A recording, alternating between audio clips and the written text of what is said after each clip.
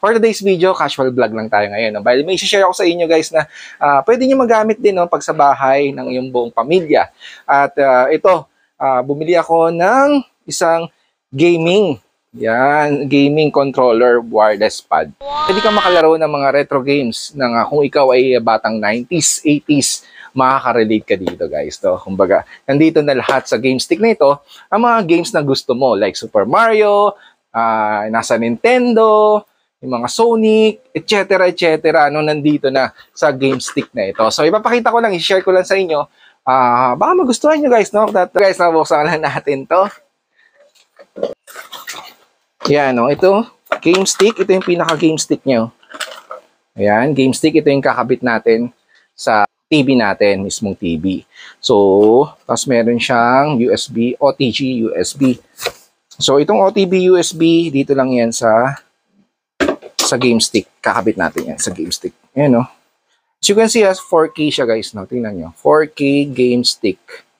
Naka 4K na siya. Kumbaga, yung video resolution is 4K. 4K daw. Yan. So, inabit na natin yung USB OTG para sa wireless na gamepad. Tapos itong game stick, kakabit natin to sa mismong ating TV, smart TV natin doon. So, ayan ang ating smart TV.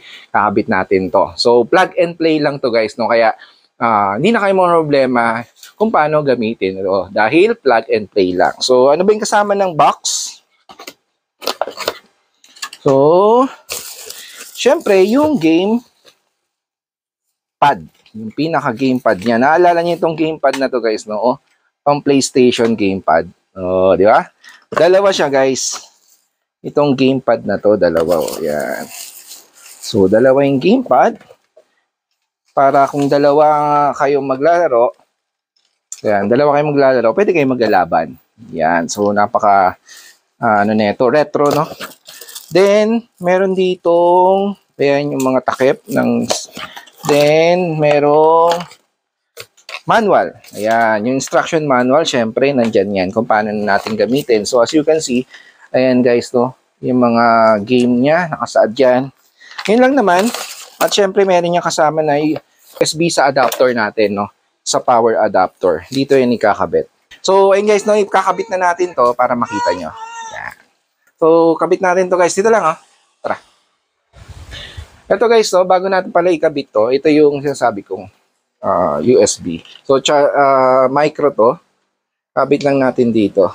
Yan, micro. Yan, yung power adapter niya. Tapos, sasaksak lang natin to. Tapos, itong game stick, lalagay natin sa HDMI dun sa TV natin. May kasamang adapter yan. So, sa akin nilagay ko na yung adapter dito sa TV para isasalpak ko na lang yung HDMI. Okay? So, salpak na natin.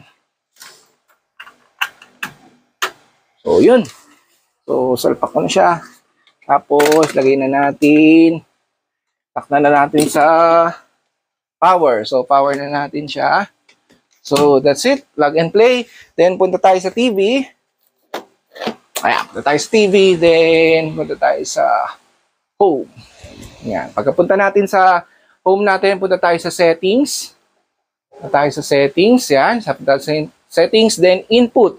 So, kadalasan, same lang din naman yung features ng Android TV natin or Google TV sa karamihan. So, same lang naman gagawin natin. Pupunta tayo sa inputs.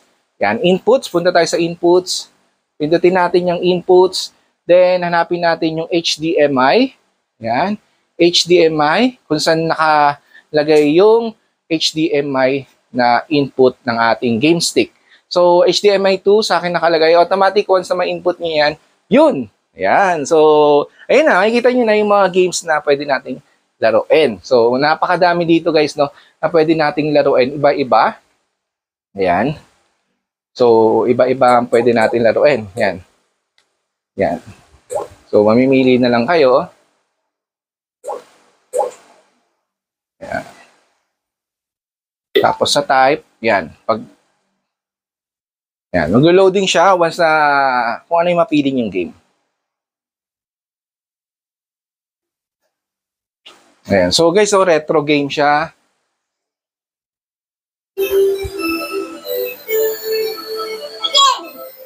Ayan. Yan. So, ayan games natin. So, mamimili na lang kayo gamit ang pad natin. On, off, on natin. Yan, no? At para gumana itong joystick. Then, start lang natin siya. Ayan na, magsisimula natin mag-games. Yan. So, advance, A natin. Yan. Tapos mamimili tayo. Yan. Extra, advance, advance natin. So, select. Same lang din to guys, no, kung ano yung kadalasan na button o nilalaro nyo sa joystick. Same lang din naman. Sa arcade, ganun din naman. So, ayan, A lang natin. Tapos player. Start lang natin. Ayan, so, ayan, so mag-start na ang game. So, makapaglaro na tayo guys. So, pwedeng 2 player, pwedeng 1 player. So, try natin to guys. Ayan. Round 1. So, yan tayo guys. Oo. Ito tayo. Player natin. Forward, backward, forward. Up, down, up, down. Tapos tira. Ayan guys, salamat na tayo. Oh. Diba guys, napaka-retro. Ang ganda, astig. Mabalik ka sa pagkabata. Natalo tayo. Meron ka ng arcade sa bahay mo. So, yan. Boom! So, talo tayo guys. So, talo tayo. KO. So, papakita ko sa inyo sa ibang laban naman. Sa ibang game naman, para at least meron kayong idea kung ano ba yung game na to. So, mode lang natin siya. Tapos, paano exit? Exit game lang natin. Then, exit game. Yan. Babalik siya sa pinaka-main menu natin. So, makikita nyo meron dong list. Taas natin siya. Ayan. NBA Basketball, Need for Speed. Tapos, pwede natin lagay sa favorite. Ayan. Yung type natin, yung FC, yung Family Computer, GBA, name, GBC. Yung Nintendo natin, no? PlayStation, ayan, nandyan lahat guys, no? Mamimili kayo, pare, yan, no? Tapos, enter nyo lang siya, nandiyan basta yung mga games. So, napakaraming games na ito guys, no? So, Final Fantasy, nandyan. So, meron dyan Super Mario, Sonic, nandyan na guys, no? Kung gusto mo ng Battle City, yung sa Family Computer, Pac-Man, nandyan din guys, no? Lahat ng mga games na nilalaro natin sa Game Boy, nandyan na. Sulit rin nito guys, no? Kung nasa bahay ka lang, may family bonding kayo. Like, ayan, katulad ngayon, may mga bagyo, walang pasok yung mga bata.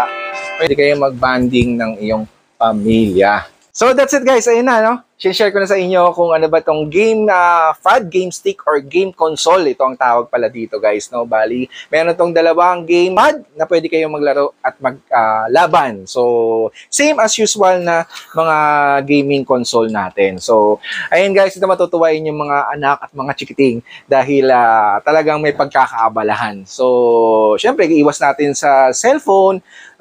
Ito, pwede tayong mag-family bonding ng ating pamilya kasama ang ating mga anak. Yan. So, syempre, napakaganda na ito, guys. Meron tayong retro gaming na tinatawag, classic game. Ayan. Meron tayong 20,000 games na nakalagay dito sa gaming stick na to. So, napakadali.